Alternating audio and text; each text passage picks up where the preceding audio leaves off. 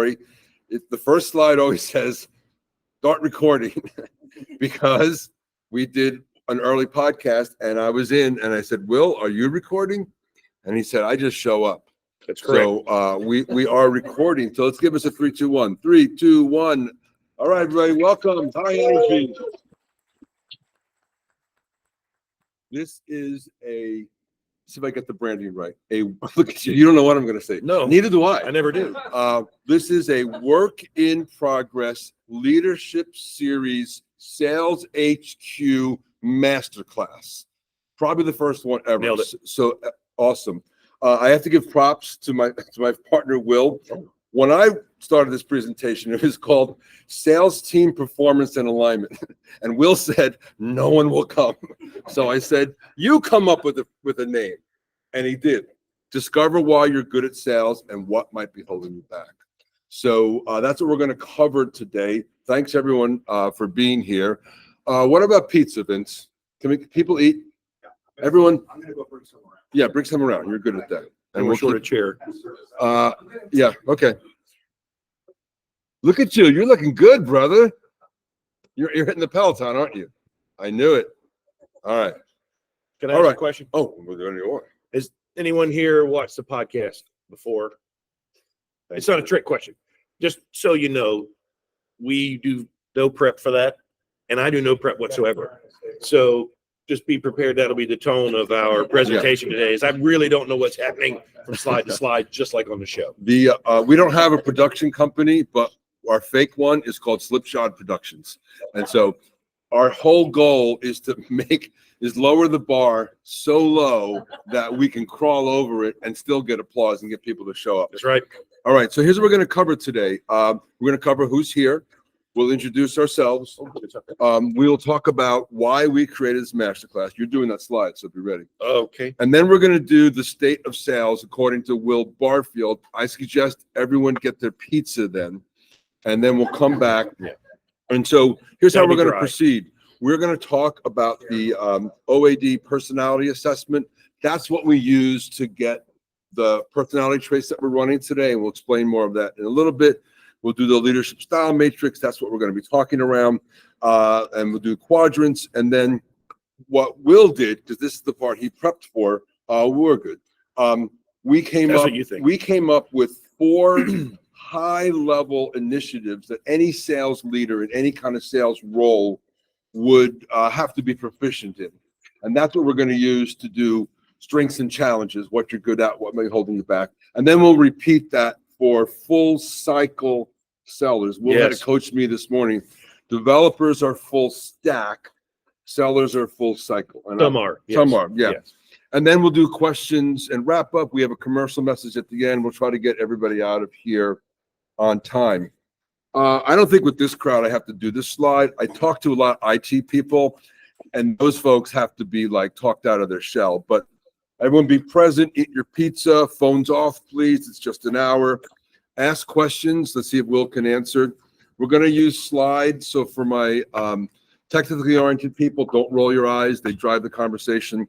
And then follow up afterwards. We're going to have I think, an interesting announcement.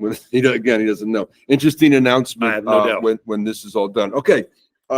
Who's here? Number 1, sales team leaders. Raise your hand. Thank you. Full cycle sellers, raise your hand. Good mix. Other sales related? Any podcast groupies? Annabelle, that's you. Okay, good. Excellent. Online poll. Anyone? One person did. Okay. He or she said they're a salesperson. Good. Now we know. Perfect. All right. So we got a good mix. All right. So introduction. So I'm John Lane. I am a leadership consultant. I know that's true because it says it on my logo. So we know slides don't lie, logos don't lie. What I do is I use the personality assessment, and I help leaders, teams, sometimes even whole companies to understand, identify their unique and powerful personality traits. And then we translate that into communication styles, preferences, and blind spots. Believe it or not, we spend most of our time on the blind spots. After that work, we tend to go after whatever problem that we're addressing. So if this is a sales crew, if we have a sales team that's underperforming or not all jiving, we would work with them and go after that. But we work with lots of other different people. So that's what I do. Will, is yours as well practiced as mine? What do you do? No. So hi, everyone. I know many of you. It's good to see you in person as opposed to just LinkedIn or online. Will Barfield, many of you know me, 25 plus years in sales and BD, 16 years as a sales leader, 20 years in the recruiting industry around here, and then 8 years running a woman-owned small business with my wife, Amy, Barfield Revenue Consulting. And that's what we focus on, helping our clients hire revenue impacting human beings, sales, marketing, business development, account management, customer success, et cetera. You guys understand. At this point, we're fully national, work all across the U.S., roles at all levels, and have also done projects in Canada, Latin America, the UK, and Europe. Met John during COVID through an introduction from Lee Folger, another sales local guy, and he introduced me to OAD, spent a couple of years vetting it, and decided to join forces, become business partners in a separate entity, become licensed distributors for OAD. And through my network and my client work, I tee up opportunities, and then John kind of takes the ball, drives it down the fairway and puts it in the hole. So he does the work. I do the tee up through the network, and it's good symbiosis. And then John created the Work in Progress podcast that we do, and then all the workshops around it. Christ. How was that? Yeah, thanks. All right. I'll do this one. Okay. So why did we create this? You all can read, the title, but we want everyone to know, for sales leaders, what their personality traits are, what propels them forward. And believe it or not, that which propels you forward holds you back. Our friend Sarah Globa, anyone here know Sarah? She came up, she was an OG on the pod. She came up with a phrase, she called it the shadow side. The opposite side of every trait has something that could hold you back. And so understanding what's propelling you. So for sellers, we want to get you to know that and then drive your sales performance, or sales leaders. And for sellers. Yeah. So for full cycle sellers, imagine having the tools and insights to enhance your selling abilities, right? If you take this assessment or any type of tool to examine what makes you strong, I'm trying to be even and open-minded. All right. So do you take OAD and nothing else? Does that make you happy? Yes, thank you. All right. Take a look at your personality traits, those things that are your strengths that make you good at what you do. And then also examine the flip side of that, and how in pressure situations, when you've been, at a leader that was being tough on you, or you're up against a deadline for a quota and you're not going to make the month, how have your strengths inverted and become weaknesses and gotten in your way from being successful? 100%. Call out a myth for first client. Do you think he wants to be called out? No, he doesn't. That's what what anyway. Yeah. No, he doesn't. Oh, you do. He's eating. A myth Our first local client. Thank you for that. Yeah. We appreciate that. And I know from his background, because he is a technically oriented specialist, they don't like to be called out, even if you're giving them money. So we did it anyway. Okay. Oh Christ, here we go. Oh, You, 5 minutes, 2 minutes, who 1.5. on state of sales? How many people in the room would say you're in tech, software, or tech adjacent in terms of sales career? Okay. I was talking to Vince before we got started here about state of sales, really, and sales recruiting, and how it's tougher right now, has been for the last 18 and 24 months than I've ever seen it. Been doing this a long time, probably since post.com. And from my perspective and what I'm doing, this is with sales leaders or salespeople. Recruiting for positions, trying to fill jobs. What I am finding with clients is it's very narrow. They're looking for a very specific set of skills for each role. And they also want you to be able to speak to your strengths and be able to exhibit performance. So, this self-analysis tool like this, it has you, take a snapshot of yourself and examine what makes you good at what you do, and then what your weaknesses might be, is really great prep for interviewing, but also for, building your LinkedIn profile and building your resume around those things that are your high points, so that you can be successful as possible in the interview process. It's really tight, super competitive out there, and anything you can do to prep more thoroughly and differentiate is super helpful. Perfect. Well done. Well, thank you. Is your head big enough on the slide? I tried to get it bigger, but it wouldn't. I'm wondering why it was so big. Did you do that on purpose? I did. You did? I did. You swelled it? Okay. It wasn't hard. It was a short trip. Okay. So I'll sell that with you later. we use the OAD personality assessment. We do it for a couple of reasons. It's highly accurate, easy to administer.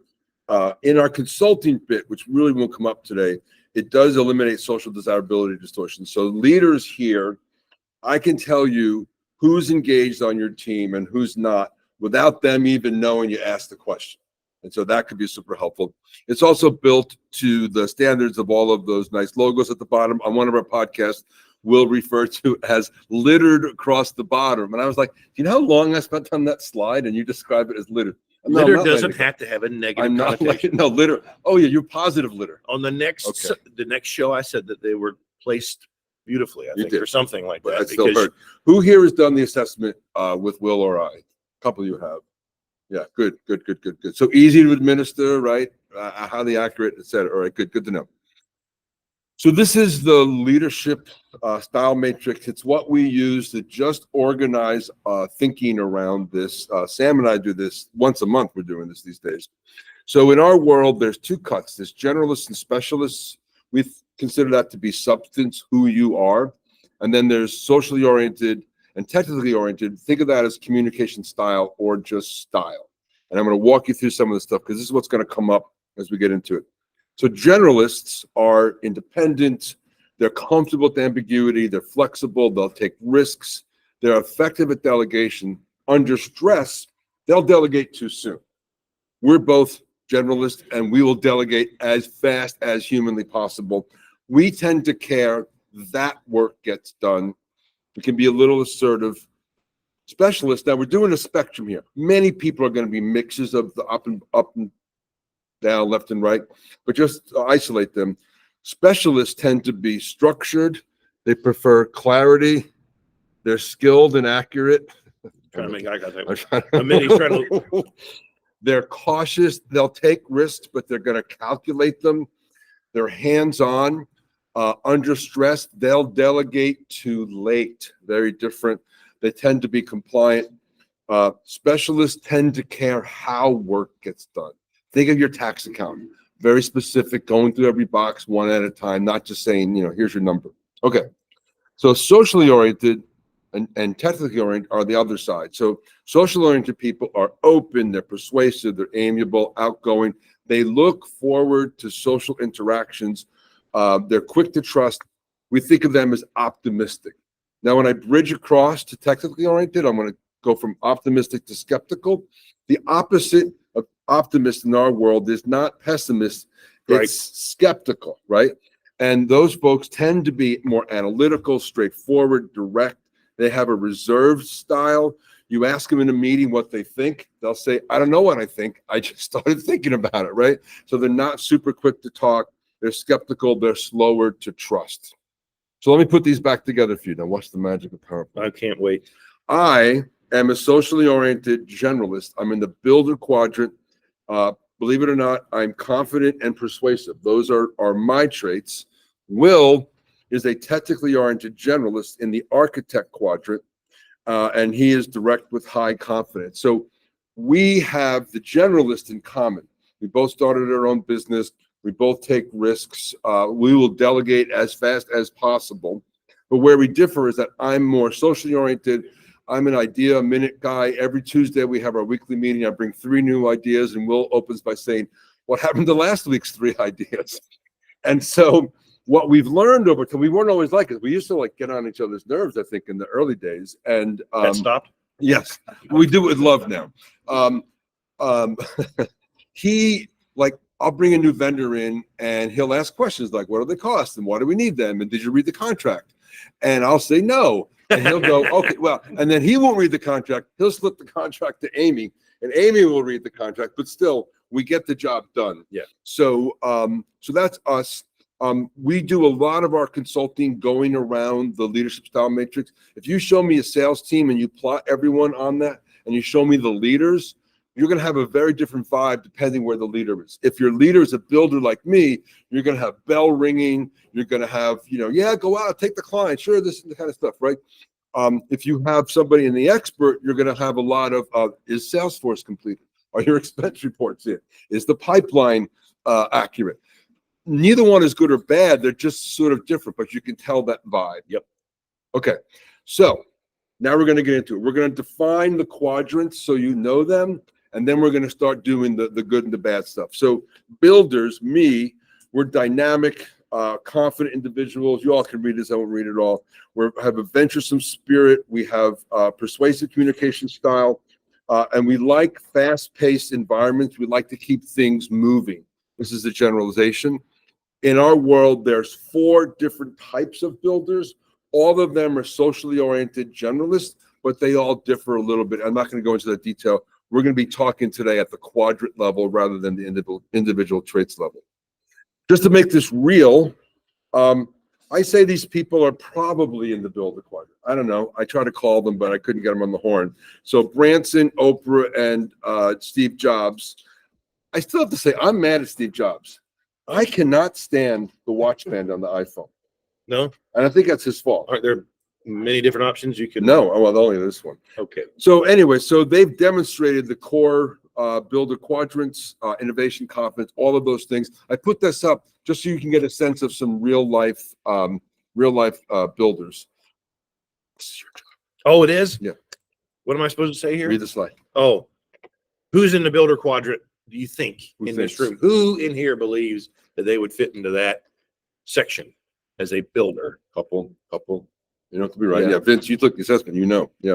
Yeah, Vince Good. took it. He knows. Yeah. All right. So when we get to your stuff, think about you.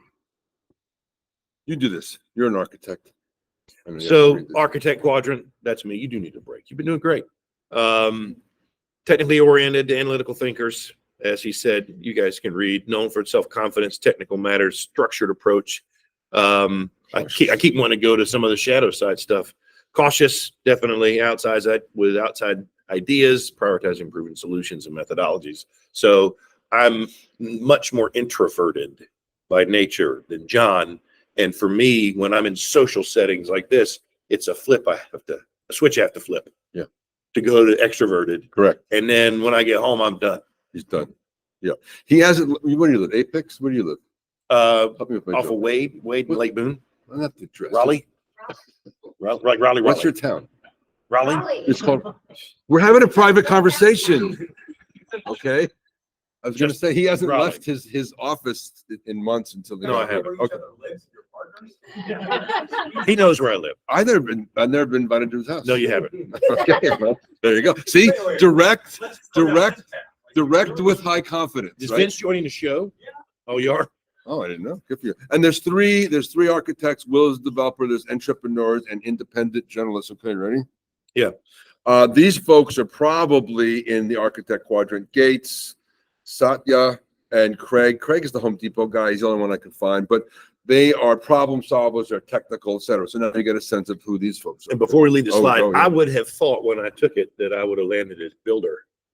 I was a little bit surprised about the architect piece, but it really is that assertiveness is my strongest trait Yes, as it opposed to extroversion, which is inverted with him. Correct. All right. Who here believes you're in the architect quadrant with me? Anyone? Oh, there we go. Look at that. Yeah, good. All right. Experts, lower left. These folks are interesting in sales environments because, I use your company often because their company is a agricultural chemical company. Like the janitor's got a chemical degree. Like everyone in that company is technically oriented. So finding salespeople from that is a special. I mean, it's a really narrow space you got to crawl through. So they're super detail oriented. They have a methodical and systematic approach. They're going to be proficient in tasks that take precision and planning. And they're pretty good on the follow through. They'll do that. Interesting thing, if you hire like an SDR who is an expert, it's going to take them an extra 3 days to get on the phone. And it's not resistance, it's they want to be prepared. Your builders are going to be like, where's the phone? Who do I call, right? That's a different challenge. But your experts are going to take a little more ramp up. And if you know that, you can give them the training material and go over it with them again so they feel comfortable. Measure, measure, measure, measure, cut. Exactly. And there's 4 of them. They're technical specialists, perfectionists, and processors. These guys, Warren Buffett, Angela, and Tim Cook, are probably experts based on what they've done in their career. I don't know. This is ChatGPT told me this.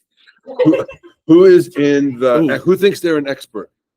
We got one. Anyone else? No one wants to own that. Yeah, I think it's going to be less of experts, unless we twist their arm, aren't really going to show up for something like this, right? Or, you know, the experts are all online. All our experts are in the online. Oh, hey, Heather. Yeah, she is. All right. And then let's go through this. Facilitators, lower right, they're cooperative. They excel in roles that have attention. I present as a facilitator, and some of you will know what that means, but so they're really good at relationships and execution. So I always tell clients, if you think you're looking for a chief of staff, all things being equal, get a facilitator because they cover both sides for you. Use your Love Boat reference. Anyone know Julie McCoy from the Love Boat? Anyone old enough to know Julie? Julie is a coordinator, right? So she's that. And you're right, I should have done it. Okay. And there's 2 of them, coordinators and social diplomats. Again, ChatGPT, thank you. These folks are probably in the experts. Sheryl Sandberg, you know, she, I think, whether this is good or bad or not, got Facebook over those early humps because the other guys are a bit of a robot. Was that? Yeah, he caught an error on the slide. Oh, good. Expert. Where's the mistake? Facilitator. Probably. Oh, fuck. See, now that's me, right? That's like, I could read this thing. Now, he's read it 3 times too. I missed it. And he didn't I get was it so either. focused on the sellers. Yeah, there you go. Okay, who's yeah. You're my facilitator. All right. Will, let's bang this out. We're probably behind. So key responsibilities of sales leaders. As you talk, we'll see it's slow on mine. Is that small enough for everyone? Successful recruiting and hiring practices. That's a responsibility of the sales leader. You all can read below that. Let's do the high level, right? Yeah. Performance management and development, strategic planning and execution, team motivation and engagement. So from our perspective and our opinion, when we're thinking about sales leaders, those are our top 4 responsibilities that we selected. So. Any sales leaders think that these are wildly off the mark? Good. Right. We're going to ask you to leave if you did. All right. So this is how this is going to go down. We're going to go through the left-hand column is always the same. It's the 4 things we talked about. I'll do one slide. Will do the other. Sure. We're just going to go back and forth. So successful recruiting and hiring practices. So their strengths are going to be charismatic and persuasive, sometimes handsome. Thank you. They quickly attract top talent. People are drawn to the builder types. From a challenges perspective, super impatient with the detailed recruitment process. If you don't get someone you like and hook them and get them in, you lose patience and you move on. You might make a bad decision because you just want it over with. Remember, that work gets done. Performance management development, again, the visionary leadership, inspiring. Builders tend to be persuasive, the good sellers at that, and they can have people believe they can make audacious goals. From a challenges perspective, they may struggle with detail orientation and providing meticulous feedback. Folks, we're not paying that much attention. Probably not great at performance We're reviews. looking at the top line and the bottom line and how it goes in the middle. Someone else is going to help. RevOps can help on that. Strategic planning and execution. So again, innovative strategy development and quick adaptation to market changes, but inconsistency and impatience with long-term strategic execution. So again, we're bouncing, we're going fast. And team motivation, we can be inspirational, creating a motivational environment. We also, remember I mentioned delegate, we may delegate to others and miss fostering team responsibility, right? Because we're out doing our own thing. We're out talking with clients, doing whatever we want. Oh, someone else take care of that. And that's a miss. So if you're a builder and a sales leader, this is where what might make you good and also what might hold you back. So pay attention to all that. We will send these slides around to everybody. So anyone who's taking notes, my experts. All right, Will? Yes. So we need to get through this quickly, John. Key responsibilities of sales leaders. We're talking about architects now. You were on the slide a minute ago, say we're running behind. We're I now bring it caught up, up. and now you say Now we we caught are. up. Thanks to you. Now we're behind. Yeah, successful recruiting and hiring practices, analytical, ensuring a thorough and fair hiring process. It's a strength, challenge, overemphasis on technical skills, potentially overlooking cultural fit. Performance management and development, strengths, analytical approach. That's the same as up there. No, it's close, but Oh, finish reading it. providing detailed and constructive feedback. Challenges may lack the ability to inspire and motivate through visionary leadership. Yes, that's me. Strategic planning and execution, strong problem solving skills, structured strategic planning. Challenges, overly cautious, potentially missing innovative opportunities. And team motivation and engagement, stable and predictable work environment, but may provide the dynamic and inspirational leadership needed to energize the team. So, those pluses and minuses of being a architectural sales leader. And as a sales leader in my history, I was always a player coach. So I was selling and leading full cycle. Thing about cycle, thank you. Thing about architects, not all of them, but generally, they tend to like their own ideas best. And so sometimes they're right, sometimes they're not. All right. So my architects here, anyone getting some value out of this? Nod your heads. Thank you. Okay, good.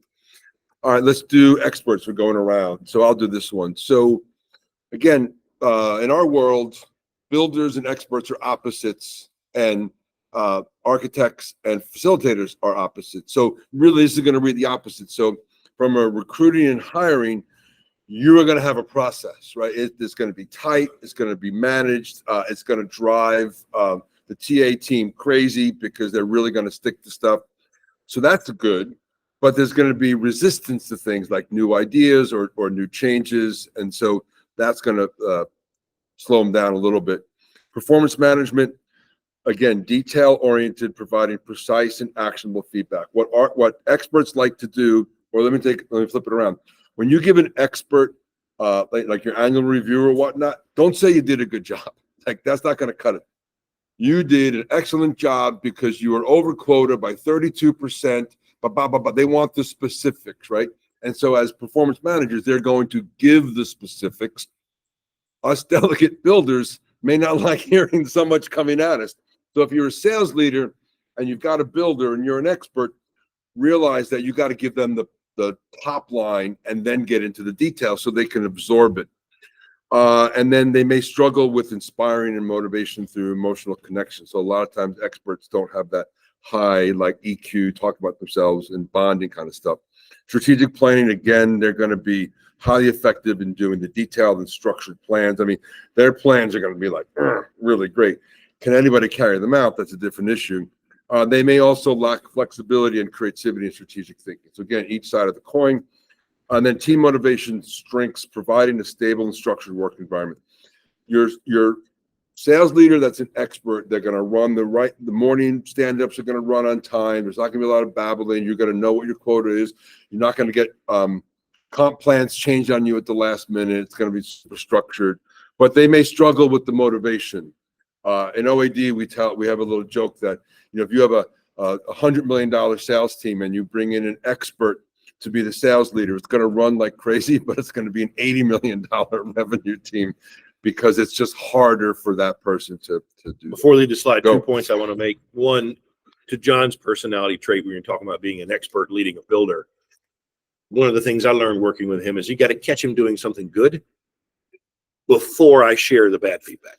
So I got to start positive, not go straight negative. With me, you can go ahead and go negative. Like, go ahead, let's rip it off. But I've got to warm him up before I bring the negativity to the conversation or the constructive criticism. Okay. Who got the email from us? Some of you got an email. We're having this masterclass. Some of you are on LinkedIn. But I did, for my CRM, a email blast to 142 people in the Raleigh area that might want to come to this. So my response rate isn't great. I read that MF thing so many times. I set it to go out at 6:30 a.m. in the morning. This guy's up super early. I wake up, look at my phone. He says something nice, and then he goes, there's a typo. I wrote, Will and JOH give a masterclass. But so he warmed me up. In the old days, he would have just started pinging me, hey, you got a mistake. And then Now he doesn't says react well something enough. nice, then he goes, "Hey, you got a mistake." So, And the other story I want to tell about this kind of a leader, John and I were about to close a deal with a software company to do an OAD evaluation of their sales team. We had the head of people on board, we had the head of talent on board, we had the chief revenue officer on board. But they were in the middle of a transition, bringing in a new VP of sales. And when that VP of sales got there, they wanted him to take a look at this before they signed off. It was supposed to be kind of an ole, right? Because his team was going to get evaluated. He's an expert. And resistance to new recruitment trends and technologies. Because it was not his idea, it was not the right idea, and he killed it immediately on the first call, within 5 minutes of the start of the close call. He's like, "No, I don't agree with it." And he went through the profile and took offense to it. And the more detailed readout that we got on the profile said he's going to take offense to this. So we knew it was coming, but there was no way to tell him he wasn't right. It was an impossible win. He's what's called a technical specialist, and he writes. We sent him his thing, and he writes. He must have stayed up late. He looked at every line in that report, and he told us exactly what was wrong with it. Every line. And I showed it to our COO, Philip, and he goes, "That's exactly what a technical specialist would do." So, like, you don't have to agree with it to sort of nail the general side of it. All right, Me again, right? Yeah, you. Yeah. So facilitators in the recruiting and hiring practices, strong interpersonal skills, building positive relationships with candidates, challenges, overemphasis on social fit, potentially compromising on technical skills. So I like them a lot. Let's hire them. Performance management and development, excellent, providing supportive, constructive feedback, may avoid tough performance conversations to maintain harmony. Correct. Yeah, that's a tough. Strategic planning execution, good at implementing detailed plans and ensuring team alignment. Yes. May struggle with big picture strategic thinking and innovation. And team motivation and engagement creates a collaborative and supportive team environment for sure. May struggle with asserting authority and driving competitive spirit. The interesting thing about me and my wife, who run our business together, is I'm over here in the architect quadrant, and she's exactly opposite. She's a facilitator. Technically, Yeah. And I'm showing them how they would see it. Are you doing it from their side? I am. Right. And you and your wife are opposites, Yes. aren't Yes, we you? Rare. All right. Sales leaders, we covered all 4 quadrants. We're doing this at pretty quick pace. This is all generic. It seems to be landing. Any sales leader have any questions, anything they want to comment on, any bit of therapy they want to offer to the group? Anyone? You first, then you. What do you find is the single action between the 4 quadrants? The opposites, right? So, thank you. Anything that's the opposite is going to be the hardest. But then also, if the person initiating the conversation isn't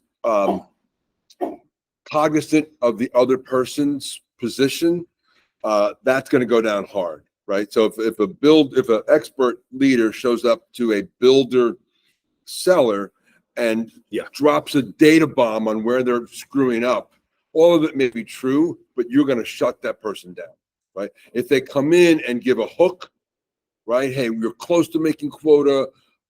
We can get you there, but you got some work. You ready to hear some information? Now you've got a dialogue, right? And then it's going to be the opposite. So to get them to the point, to coach that leader to the point, if they're an expert, to self-reflect so they don't do that thing that's so inherent, is hard. And on the other side, if you got a builder leader with an expert seller, and you're in a meeting and it's an all hands, and they're like, "All right, where are you with quota?" You call them out. That's the last thing that they want, because they haven't prepared. They want to have had the time to prepare and be able to talk about what they've done, as opposed to having to think on their feet. It's very disconcerting, and that will really impact culture. So opposites Great question. Great question. Opposites are usually the toughest. Thank you. Hi, Linda. Whatever ended up happening with that sales guy who said no thanking. Oh, he killed the deal forever. He's still there. How's he doing? Yeah, he's not fired yet. He probably has an 18-month window. I'll tell you this. I did follow up. I followed up with talent later, because she's a good friend of mine. Maybe about 6 months later. And I was like, "How's it going?" And she said, "You were right." Bumpy. A lot of compliance, a lot of strict, a lot of that. 100 million, 80 million, right? But the CFO loves them because the forecast is always accurate. Now it's too low, but it's accurate. And they're paying less in commission, and CFO loves that too. Also, which is a different story for grunts. Okay, we got to go. All right, you could probably read this better this time. I couldn't make the slide come out this way, so let's do these four. Prospecting. Yeah, we picked these for. We forgot stack on there, so there's two errors. That's me. I'll own that. Sure. Full cycle sellers, right? So what I'm talking about, and you all know full cycle. We're talking about prospect to close, and then own the account for life, right? And then try to grow it. So it's not in the silo where you get the BDR that does the lead gen and it kicks it to the AE close, and the AE kicks it over to AM or CS. We're talking about a full cycle seller, whether it's a stack or not. Prospecting, lead generation, sales presentations and demos, negotiation, closing, account management, and customer support. So those things are not tied together as much anymore in the tech world that we're segmented. But we do deal with clients that have sales teams that are more traditional outside field sales, and like the folks that work with Mitt that are full cycle sellers. So we're analyzing them in this presentation. Beautiful. All right. Any sellers or sales leaders have any problems with these four? They sound good to everybody? Awesome. Okay. Here we go again. All right. So I promise you I changed these. Did you load the right one? probably not. Let me see. Yeah, 717. That's No, today's. it says 7. Edit. It was edit. No, but I changed the name. I always You did. change the file. Excuse us. When you send comments back, always change the file name to the day, because I had to go 100 down. So again, all right, back to the show. 3, 2, 1, go. Okay, so prospecting and lead gen for full cycle sellers. So their strengths are going to be at identifying and reaching out to potential customers with confidence and charisma. They'll get on the phone, they'll send those emails. They like doing that, maybe winging it. They may overlook qualifying details, right? They may just want to get going, and they may spend a lot of time sending great information to the wrong people, right? So you got to help them on that. From sales presentations, they're going to be persuasive and engaging. They're going to capture the room. I don't know, like what's happening here. Mm-hmm. Challenges, they might focus on the big picture and miss specific customer needs. Can I tell a story? Yes. So I worked for X+1. It was an old ad tech company, old school. And I opened the San Francisco office. So I had to do a little bit of everything. I'm not a seller, but they always sent a sales engineer out with me when I did big clients. And I left the company years later, and the sales engineer is like a very close friend of mine. He said, "Do you know why they sent me out with you?" And I said, "Yeah, because I'll do the big picture stuff and you do the details." They said, "No, because they didn't want me selling stuff that we didn't make." Whoops. Whoopsie. Yeah, we can do that. Yeah, exactly. We can do that, right? Yes isn't always the right answer. Okay, negotiating, closing deals. This is not my strong suit. So we can sort of negotiate. We can get the deals on the table, but impatience is going to set in, and you're pinging the client too many times and that kind of stuff. And account management, with our strong people skills, we're going to be very good at maintaining relationships and loyalty. A couple of things here. We may not focus on follow-up and detailed customer support enough. Also, you guys haven't, not everyone's seen an assessment, but those of us who have high E for extroversion, sometimes we get too close to the client and we sort of forget, ask me if the deal closed. Did deal close? Put some juice in it. Did the deal close? No, she couldn't sign because her daughter had to go to the orthodontist, and it was an emergency. You start getting that kind of stuff because they've shifted over to the high E extroversion too much. So sales leaders, you got to look for that and bring them back. The dentist has Wi-Fi. You can close the deal while she's there. So on the architect side, for prospect, you can. Prospecting and lead generation, methodical, strategic, identifying high potential leads. Could take longer to initiate contact due to thorough prep. So that's that measure too many times before you cut instead of firing before you aim, which was on the slide we just did. Clear, detailed, and technically accurate presentations when it comes to doing that demo work. Can be overly technical at times, losing the interest of less technical prospects like I'm risking doing now. Negotiating, closing deals, strong and logical negotiation, ensuring mutually beneficial terms, maybe overly cautious, potentially missing out on quicker wins. And on the AM and CS side, reliable, thorough customer support, ensuring all issues are addressed, but can struggle at times with the social aspects of relationship building. And, that's that in that situation, if you're a seller in that space, much like I was discussing earlier, if you turn the switch on, Yeah. you can get Some there. people can. Yeah. Yeah. But you got to have a lot of gas to burn that all day. It's exhausting. All right. Stack again. I'm telling you. All right. We'll settle this later. It will be settled later. Mhm. All right. So again, opposites, prospecting. So they're going to be thorough in doing the researching. They're not going to send stuff to the wrong list, but it may take them a while to get going. We mentioned that earlier. Sam, you do a lot of SDRs, many more than I expected are experts. And so they really want to be prepared going in. Doing sales presentations, they're going to be precise. They'll instill confidence. Sometimes it's too much product and too much detail, especially too early. Like experts make great second and third meetings because now the client or prospect is hooked. They're like, okay, you got me. Now make it real, right? I can't do that. I do great first meeting. Was that? Yeah, but oftentimes, right? It's a good combination. And then the opposite, they can be too focused on details, negotiating. Really strong. They're logical. They're going to read the contract. They're going to understand the red lines and all that kind of junk. But it's going to be sometimes harder for them on the interpersonal side. So like for experts, they like structured and clarity. Clients and prospects don't act the way you want them to. They act the way they want to. And if you're stuck with that as an expert, you're going to have to get over that because they're not always going to act in that logical way. And on the account management side, clients are going to love them because like the reports come out, QBRs are actually meaningful and all of that good stuff.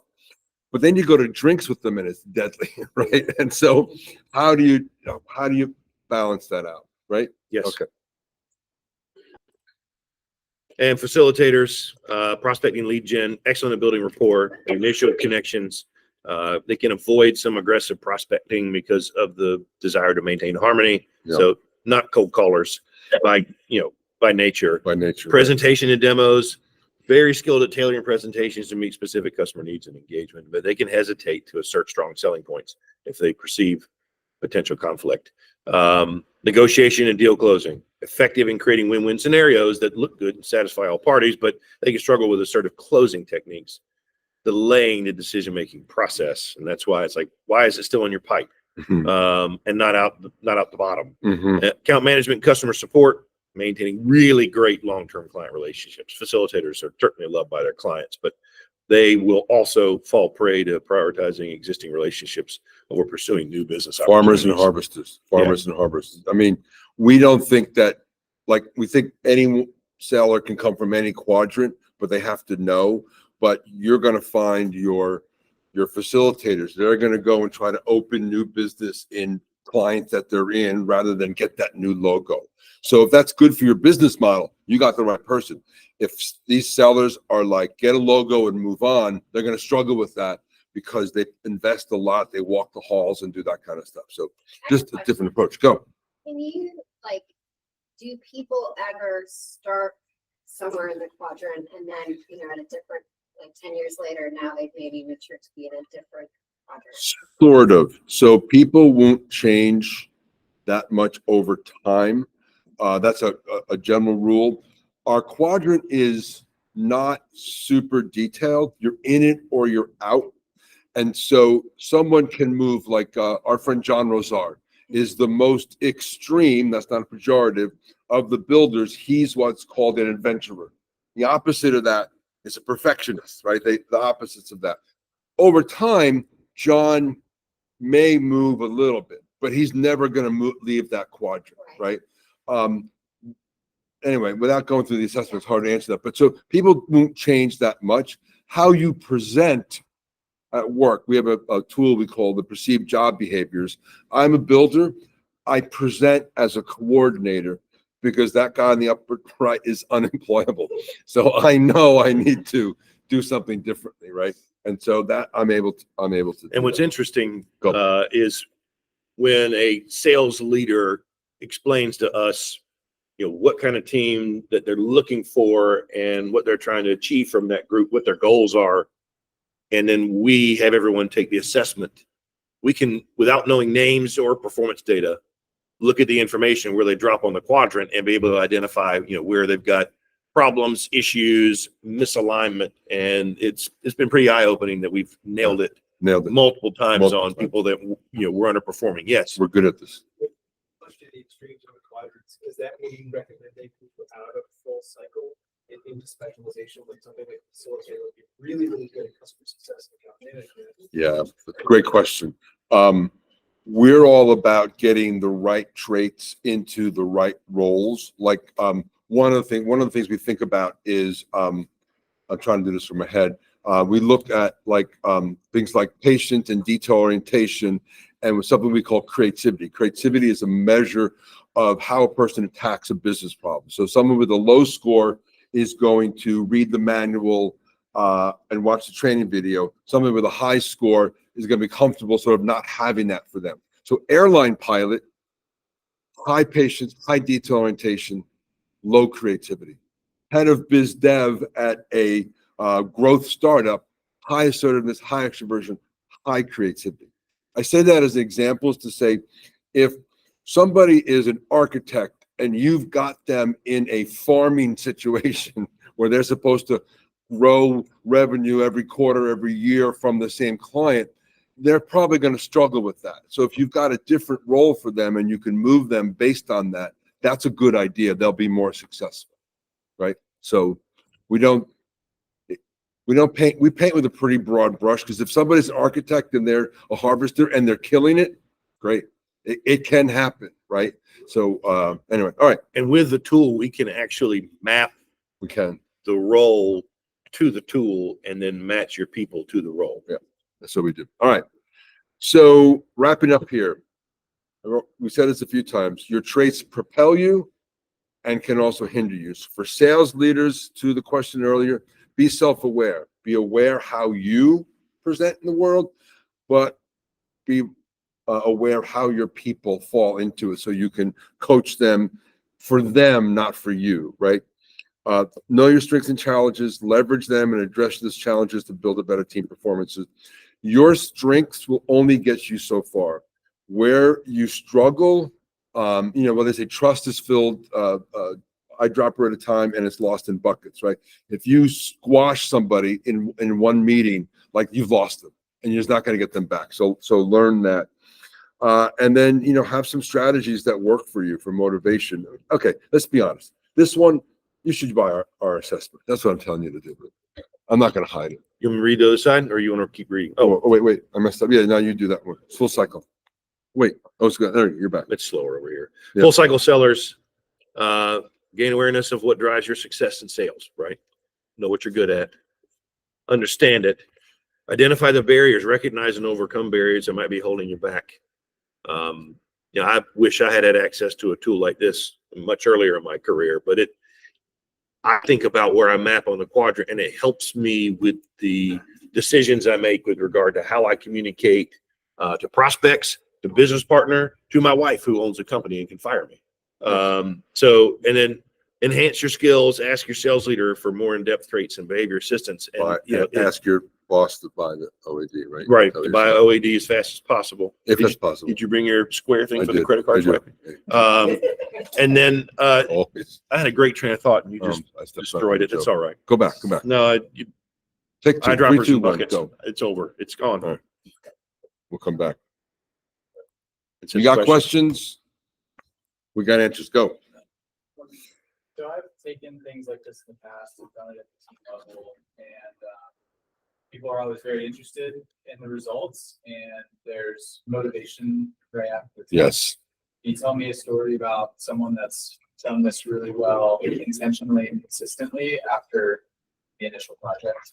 Yeah, it's great. So generally, I don't have a story for you, but clients that use this, and like some clients, they take the leadership style matrix and they put it on their door and they circle what they are. or they put it on the cubicle, etc. Those clients who are really lean into it tend to have better effect. When we work with clients in a paid engagement, I come back once a quarter. We do refreshes. We do different types of workshops, leadership through successful leading through change. Oopsie. You good at me? I don't know. I didn't do it. Go ahead. You were Anyway, so pontificating. I mean, OAD has been around 40 years, so like we're doing something right, and we have a 90-something% renewal rate. So the clients that get in with us and use it tend to stick, and then it becomes sort of a cultural element. So when candidates come in, every candidate, maybe a finalist, takes the assessment. The company can say with an honest face, everyone here has done it. So it's a common experience, language, and framework, so that everyone has that. We use that in coaching, right? So when we're coaching an executive, I know what their trait patterns are, and we can get into the details. So no specific story, but the evidence suggests that our clients hang on for a long time and really use it. Can I add a couple things here before we leave that? We typically train someone inside the org to be the subject matter expert on the tool. Somebody inside's got to own it. Yeah. How many sales trainings have you been to? I don't know, 1,000. Yeah. And you went to it, and you were fired up. It was a great weekend. You had a lot of beer, and then you went home, and then you took that notebook and you put it on the shelf and never read it. Yeah. So that will happen with this unless somebody in the org owns it. Yeah. And you got a champion that keeps firing it, and everybody who comes into the sales org takes it, and it becomes, like you said, part of the language of the culture. So part of it is how good the tool is, and then part of it is there an internal advocate that's going to continue to drive it? Yes, Brian. Well, you did have an internal advocate with our firm, with Jeff. Yes. Yeah. Right. And so when he brought it to me, so here's your example. Okay. And so I was like, okay, all right, but I don't believe this stuff. And you guys nailed me. Nailed it. You nailed it. And Yeah. And as confident as I am, and as best as I think I am, and all that great stuff, I learned a lot, and it's helped. Yeah. And it helped us close this last acquisition. Yeah. But beyond that, bringing it to our team, I got to tell you, man, that was the most fun I've had in a long time in something like this. And so we had our whole team take it, part of our team, and it was really good. And I think now we're going to implement across the board with everybody, and then even go further with it. So I thought it was fantastic. Don't forget to Venmo him the $500. Yeah. 500. Well, half today, half later. Go. I work with individuals, let's say a really great salesperson who's looking for next sales leader or executive 20 years and has never had this assessment. How do you work with them? So let me make a commercial point. We typically don't work with individuals. It's not like a buy an assessment, do coach. Neither one of us is a coach. That being said, if there's a sales leader who's interested, we'll do a thing with them, because when they see their assessment and they learn something, they're more inclined to want to bring us in. If there's friends of the pod and friends of the group, we're always willing to do one for them, so that they'll say nice things about us in the world. But we typically don't neither one of us are coaches. We sling software for a living. So the one exception would be that we will, as a part of outplacement projects. Ooh, good one. We just started that. Yeah. Do this with employees who are being displaced, because if they've been in a role for a while and now they're venturing out into this job market, which is ridiculously unfriendly. This kind of self-analysis pairs nicely with how to update my resume, how to update my LinkedIn profile, and how do I get ready for interviewing, and all those things. So we'll do one-offs in that situation, but that's paid for by the org that is exiting those people. So we do that. Annabelle is in tech recruiting. You can define more later, but a lot of her people are out of work, and so she created a really nice weekly meeting. Everyone gets together. She had me come in. I did a presentation somewhat like this, assuming everyone's on the technical side, and I showed them their strengths and weaknesses and how that shows up in the interviewing world. I did that to support Annabelle and her team. We would do that as a talk for a group on demand.